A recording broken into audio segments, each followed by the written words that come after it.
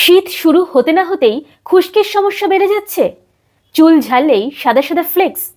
এটা শীতকালে খুব কমন। শীতকালে বাতাসে আর্দ্রতা কমে যায়, ফলে স্কিন, স্ক্যাল্প সব ড্রাই হয়ে যায়। এই ড্রাইনেস স্ক্যাল্পকে আরও ইরিটেট করে এবং সেখানে মাইক্রো ইনফ্লামেশন হয়। সেই জন্য স্ক্যাল্পের সেলগুলি নর্মালের তুলনায় 2-3 গুণ বেশি স্পিডে মারা যায়। এগুলোই ড্যান্ড্রফ হয়ে ঝরে পড়ে। এই ড্যান্ড্রফ আরও বেড়ে যায় কি ভুলের কারণে জানেন কি? তাহলে অবশ্যই ভিডিওটি শেষ অবধি দেখুন আর চ্যানেলটিকে সাবস্ক্রাইব করে পাশে থাকুন। শীতকালে মাথার চামড়া অলরেডি ড্রাই থাকে, তার উপর আমরা যখন গরম জলে চুল ধুই তখন স্ক্যাল্পের ন্যাচারাল অয়েল আরও কমে যায়, যা খুশকির সমস্যাকে আরও বাড়িয়ে দেয়।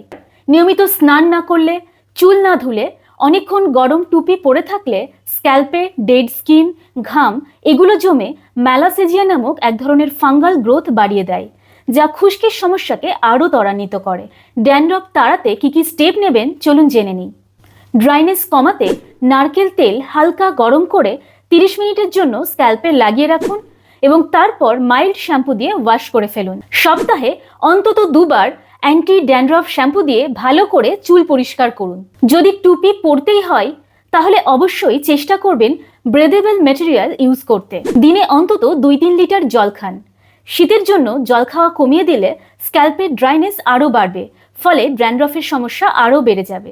Vitamin B, zinc, omega 3 fatty acid riched খাবার যেমন সবুজ শাকসবজি, বাদাম, বিভিন্ন রকম মাছ, ফ্ল্যাক্সিড, চিয়া সিড এগুলো নিয়মিত খেতে থাকুন। ভিডিওটি ভালো লাগলে অবশ্যই লাইক করবেন আর শেয়ার করে নেবেন নিজের কাছের মানুষদের সঙ্গে।